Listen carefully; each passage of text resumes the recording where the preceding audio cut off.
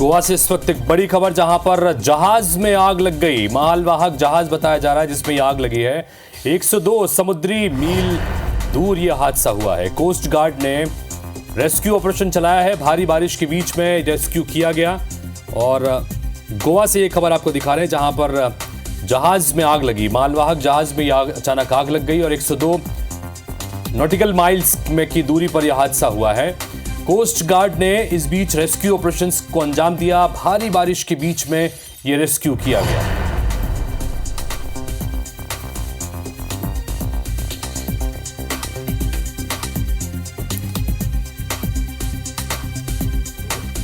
तो गोवा में से खबर जहां पर एक मालवाहक जहाज में अचानक आग लग गई पानी समंदर के बीच में ही। इसके बाद कोस्ट गार्ड ने रेस्क्यू ऑपरेशन को अंजाम दिया। बताया जा रहा है कि 102 नॉटिकल माइल्स की दूरी पर यह जहाज मौजूद था और फिर कोस्ट गार्ड ने पहुंचकर रेस्क्यू ऑपरेशंस को अंजाम दिया है और जो भी वहां पर उस जहाज में सवार थे उन लोगों को वहां से रेस्क्यू करके बाहर निकाला गया।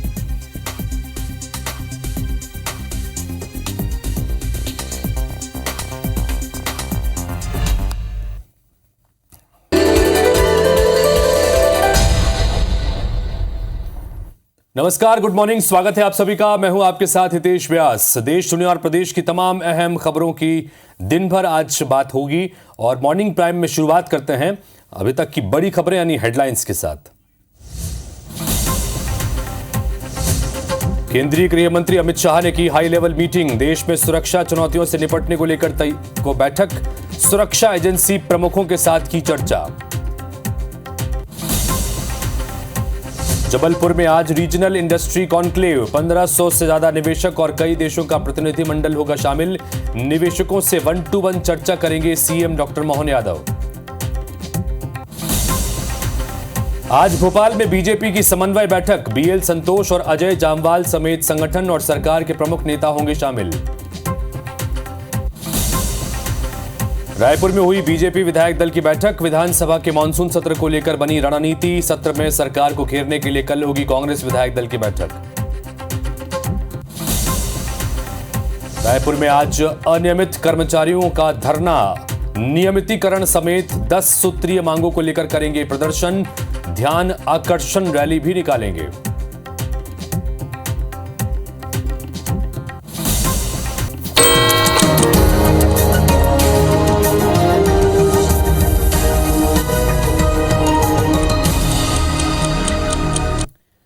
तो ये थी इस वक्त की हेडलाइंस और हेडलाइंस के बाद अब नजर डालते हैं सुबह 7 बजे की 7 बड़ी खबरों पर।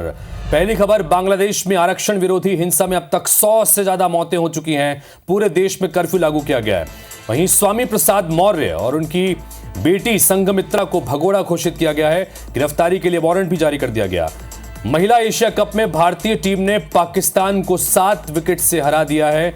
इधर एमपी, छत्तीसगढ़ समेत 11 राज्यों में भारी बारिश का अलर्ट है। विनय मोहन क्वात्रा अब अमेरिका में भारत के नए राजदूत होंगे। छठवीं खबर, पीएम मोदी से जुड़ी हुई। एक्स पर 10 मिलियन फॉलोअर्स होने पर एलन मस्क ने बधाई दी है और अमेरिका के पूर्व राष्ट्रपति डोनाल्ड ट्रंप को जान से मारने की धमकी देने वाला शख्स फ्लोरिडा से गिरफ्तार किया गया है। तो चलिए इन 7 बड़ी खबरों पर भी दिन भर हमारी नजर रहेगी। फिलहाल खबरों के सिलसिले को आगे बढ़ाते हैं। अयोध्या पहुंचे हैं एनएसजी के कमांडोज ने राम मंदिर की सुरक्षा परखी है। मॉक ड्रिल के लिए 19 स्थानों को चिन्हित किया गया है। हनुमानगढ़ी पर भी एनएसजी कमांडो की तैनाती होगी। सुरक्षा को लेकर केंद्र और प्रदेश सरकार अलर्ट बताया जा रहा है। तो अयोध्या पहुंचे एनएसजी के कमांडो ने राम मंदिर की सुरक्षा को परखा है। मॉक ड्रिल के लिए 19 स्थान चिन्हित किए गए हैं। हनुमानगढ़ी पर भी एनएसजी कमांडोज की तैनाती होगी। सुरक्षा की दृष्टि से यह बड़ा कदम लिया गया है। केंद्र और प्रदेश सरकार अलर्ट है। किसी भी तरह की अप्रिय घटना और हमले की स्थिति में एनएसजी कमांडो लगातार यहां पर मौजूद रहेंगे और उन्होंने राम मंदिर की सुरक्षा व्यवस्था को परखा भी है। मॉक ड्रिल के लिए 19 स्थान चिन्हित भी किए गए हैं।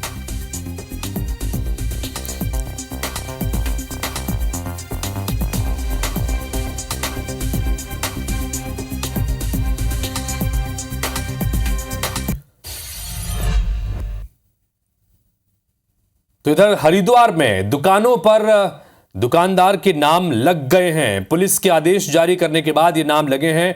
कावड़ यात्रा निकाली जानी है। तो कावड़ यात्रा के रूट पर सभी दुकानदारों को आदेश दिया गया है कि वो अपने दुकान के बाहर अपना नेम प्लेट जरूर लगाएं। सभी को दुकान पर ये नेम प्लेट लगाना जरूरी होगा। यूपी के बाद उत्तराखंड में भी इस संदर्भ में आदेश दे दिया गया है और दुकानदारों ने इसे अच्छा कदम बताया है और बाकायदा इसके बाद नेम प्लेट्स दुकानों के बाहर लगना शुरू हो गया है। बता दें कि उत्तर प्रदेश सरकार ने सबसे पहले इस तरह का आदेश दिया था, जहां पर कावड़ यात्रा के दौरान अपनी दुकानों के बाहर में नेम प्लेट जानकारी देना अनिवार्य कर दिया गया था, ताकि कावड़ यात्री जो आते हैं उन्हें इस बात की जानकारी रहे कि वो जिस दुकान से सामान ले रहे हैं वो किसकी है। तो इसी तरह का फैसला अब उत्तराखंड में भी हुआ। हालांकि देश भर में इसको लेकर एक अलग तरह की बहस भी चल रही है कि क्या इस तरह का फरमान निकाला जाना चाहिए या नहीं निकाला जाना चाहिए। इन सब के बीच अब उत्तर प्रदेश से होते हुए ये फरमान इसी तरह का उत्तराखंड में भी जारी कर दिया गया और दुकानों के बाहर अब नेम प्लेट लगना शुरू भी हो गया। और सबसे खास बात यह है कि दुकानदारों ने इस फैसले का समर्थन किया है और सही इस फैसले को बता रहे हैं। तो आप इस पहल को और इस आदेश को कैसे देख रहे हैं, पालन कर रहे हैं? हाँ जी, पालन करेंगे। अपने नाम का सत्यापन बनवाया है हमने, कनकल थाने से अपना साइन करवाया है, मोहर लगाया हुई है, सब चीज अपने घर तक का एड्रेस दे रखा है। देखिए, कांवड़ की जो हमारी तैयारियां हैं, इसके संबंध में जो होटल ढाबे हैं, रेस्टोरेंट्स हैं और साथ में जो रेडी ठेली वाले जो कांवड़ मार्ग पर लगाते हैं, उनको लेके हम लोगों के द्वारा एक जनरल इंस्ट्रक्शन दिया गया है कि वो अपनी जो शॉप्स हैं उसमें प्रोप्राइटर्स का नाम लिखेंगे और ऐसा न करने की स्थिति पर उनके खिलाफ हम लोग कानूनी कार्रवाई भी करेंगे। और क्योंकि कई बार विवाद की स्थिति इससे उत्पन्न होती है, उस चीज को हम लोगों के द्वारा झारखंड की राजधानी रांची से एक अजीब तस्वीर सामने आई है। यहां पुलिस वाले ही खुद स्पेशल पुलिस ऑफिसर्स पर लाठीचार्ज करते नजर आए। आज शुक्रवार की बात करें, 19 जुलाई को स्पेशल पुलिस ऑफिसर्स ने राजधानी में मुख्यमंत्री हेमंत सोरेन के घर के बाहर प्रदर्शन किया। इसी दौरान मुख्यमंत्री आवास की सुरक्षा में मौजूद पुलिसकर्मियों ने उन्हें तितर बितर करने के लिए लाठीचार्ज किया। दरअसल कॉन्ट्रैक्ट पर एसपीओ की नौकरी पाने वाले युवाओं की मुख्यमंत्री से कई मांगे हैं। इन मांगों में से उनकी नौकरी पक्की करना और सैलरी बढ़ाना भी शामिल है। और इसी बात को लेकर जब ये प्रदर्शन के लिए पहुंचे तो वहां पर लाठीचार्ज कर दिया गया। यानी कि स्पेशल पुलिस ऑफिसर्स अपनी मांगों को लेकर विरोध प्रदर्शन कर रहे थे, धरना दे रहे थे। तो इसके ऊपर जब हालात काबू में करने के लिए सीएम हाउस के बाहर प्रदर्शन करने के लिए बड़ी संख्या में पहुंचे तो पुलिस ने इन्हीं के ऊपर लाठीचार्ज कर दिया। तो पुलिस वर्सेस पुलिस की स्थिति वहां पर बन गई। पुलिस वालों ने स्पेशल पुलिस ऑफिसर्स की डंडे से पिटाई कर दी।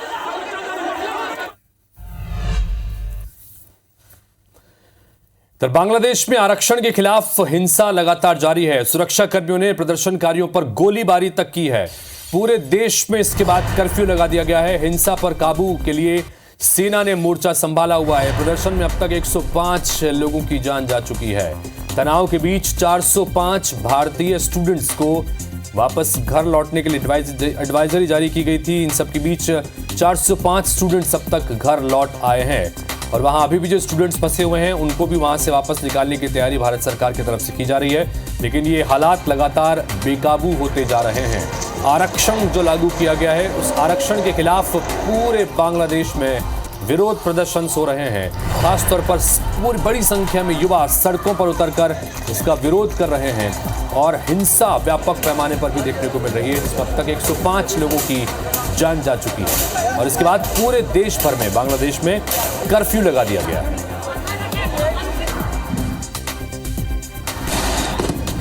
तो बांग्लादेश में हालात लगातार बेकाबू होते जा रहे हैं। आरक्षण विरोधी हिंसा की आग पूरे देश में फैल चुकी है और यही वजह है कि पूरे देश भर में कर्फ्यू लगा दिया गया है और बड़ी संख्या में युवा सड़क पर उतरकर इस आरक्षण के फैसले के खिलाफ विरोध प्रदर्शन कर रहे हैं और कई बार हिंसक झड़पें भी वहां हो रही है। सुरक्षा बलों के ऊपर पथराव भी किया गया है और 105 लोगों की अब तक इस मामले में जान जा चुकी है। और इस बीच जो स्टूडेंट्स वहां पर अलग अलग देशों के फंसे हुए हैं उन्हें भी एक एक कर वहां से इवैक्यूएट किया जा रहा है। अब तक 405 भारतीय स्टूडेंट्स वापस देश लौट आ चुके हैं, भारत लौट गए हैं।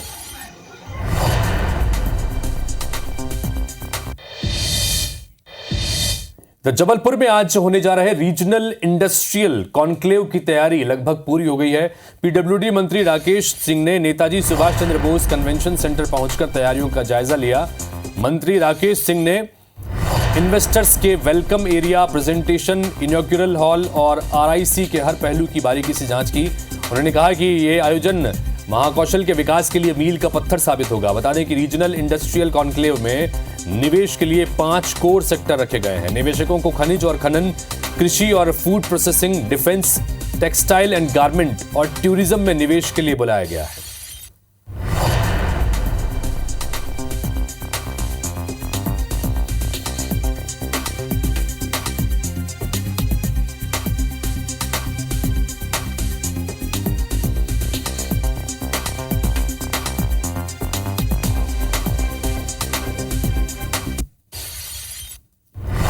रीजनल इन्वेस्टर मीट की शुरुआत भी वो महाकौशल की इस धरती यानी जबलपुर से कर रहे हैं, जो जबलपुर के साथ साथ संपूर्ण संभाग और महाकौशल के लिए अत्यंत फलदायक होने वाली है। बड़ी संख्या में इन्वेस्टर्स आएंगे, बायर सेलर्स मीटिंग्स भी होंगी, 1-to-1 माननीय मुख्यमंत्री जी के साथ उद्योगपतियों की चर्चा भी होगी। बहुत अच्छी तैयारियां यहाँ पर हुई हैं।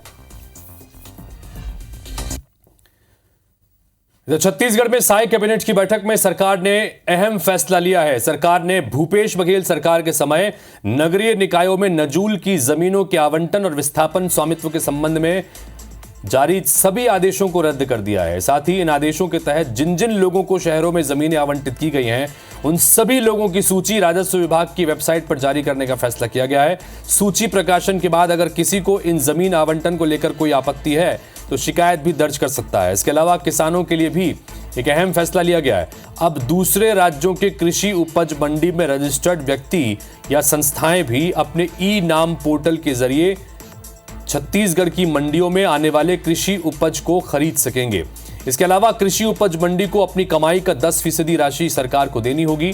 बैठक में छत्तीसगढ़ माल और सेवा कर संशोधन विधेयक 2024 के प्रारूप को भी स्वीकृति दी गई है।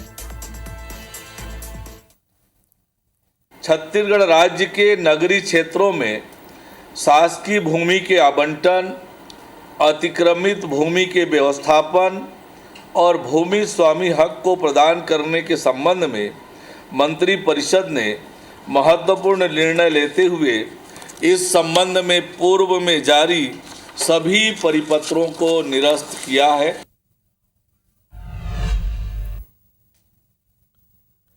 तो मध्य प्रदेश बीजेपी की समन्वय बैठक आज है। भोपाल में यह बीजेपी की समन्वय बैठक होगी। संगठन और सरकार के प्रमुख नेता बैठक में शामिल होंगे। राष्ट्रीय संगठन महामंत्री BL संतोष, राष्ट्रीय सह संगठन महामंत्री शिव प्रकाश शामिल होंगे। क्षेत्रीय संगठन मंत्री अजय जामवाल बैठक में शामिल होंगे। बीजेपी प्रदेश अध्यक्ष VD शर्मा और प्रदेश संगठन महामंत्री हितानंद शर्मा भी बैठक में मौजूद रहेंगे। जबलपुर से लौटकर मुख्यमंत्री डॉक्टर मोहन यादव भी इस बैठक में शामिल हो सकते हैं।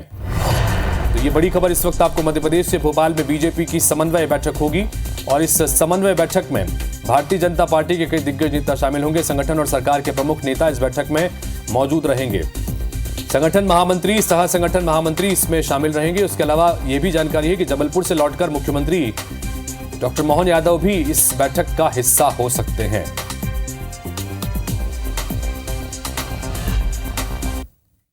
तो वहीं रायपुर में कल कांग्रेस विधायक दल की बैठक होगी। सत्ता पक्ष को घेरने के लिए रणनीति बनाई जाएगी।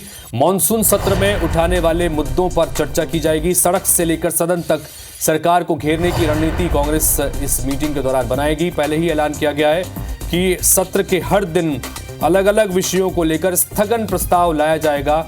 यानी कि जोरदार तरीके से विपक्ष को की तैयारी है सत्ता पक्ष को घेरने की, और इसी को लेकर कल कांग्रेस विधायक दल की बैठक रायपुर में रखी गई है।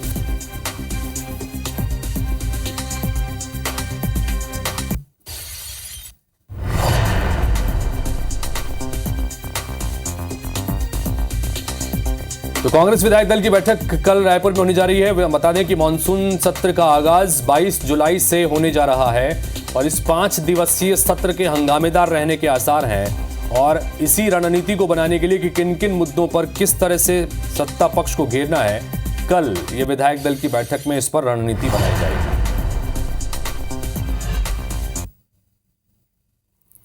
तो एक तरफ कांग्रेस विधायक दल की बैठक में रणनीति बनाएगी, तो दूसरी तरफ रायपुर में बीजेपी विधायक दल की बैठक हुई है। मॉनसून सत्र की तैयारियों को लेकर इसमें रणनीति बनाई गई। कांग्रेस के आंदोलन को जवाब देने के लिए भी रणनीति बनाई गई है। विधानसभा में तथ्यों के साथ जवाब देंगे बीजेपी के विधायक, ये बात कही गई। बीजेपी के एक पेड़ मां के नाम अभियान पर भी चर्चा हुई। 1 महीने की कार्य योजना, मन की बात पर भी चर्चा हुई। विधानसभा में कांग्रेस के सवालों के पोल खोलने के निर्णय भी इस बैठक में लिया गया है। तो कांग्रेस पार्टी के विधायक एक तरह कल विधायक दल की बैठक में शामिल होकर रणनीति बनाएंगे विधानसभा के मानसून सत्र को लेकर, तो वहीं कल बीजेपी के विधायक दल की बैठक हुई है। इसमें विपक्ष की इस रणनीति का किस तरह से काट ढूंढना है, कैसे काउंटर उन्हें करना है, इसको लेकर तैयारी की गई है। तथ्यों के साथ हर सवालों के जवाब देने की रणनीति बनाई गई है।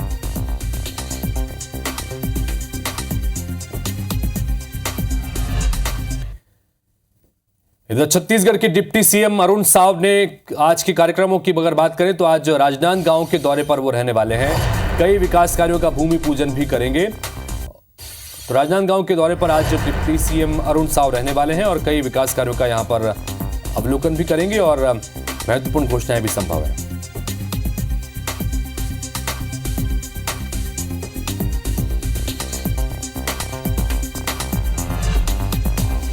रायपुर से खबर जहां पर अनियमित कर्मचारियों का धरना प्रदर्शन आज है। 10 सूत्रीय मांगों को लेकर यह प्रदर्शन करने जा रहे हैं। नवा रायपुर के तूता धरना स्थल पर यह प्रदर्शन किया जाएगा। ध्यानाकर्षण रैली के जरिए ध्यान आकर्षित करने के लिए भी एक रैली निकाली जाएगी। अनियमित कर्मचारी संघ नियमितीकरण की मांग की जा रही है और निकाले गए कर्मचारियों की बहाली की मांग भी की जा रही है। अंशकालीन कर्मचारियों को पूर्णकालिक करने की मांग भी है। आउटसोर्सिंग ठेका सिस्टम बंद करने समेत 10 सूत्रीय मांगें इनकी है।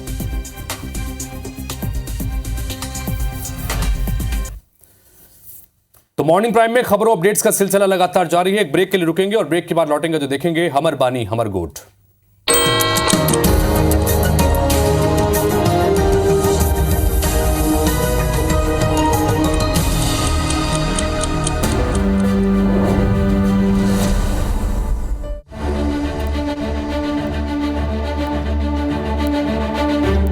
प्रधानमंत्री नरेंद्र मोदी की गारंटी को पूरा करते हुए छत्तीसगढ़ की विष्णुदेव साय सरकार महिलाओं के उत्थान के लिए हर संभव प्रयास कर रही है।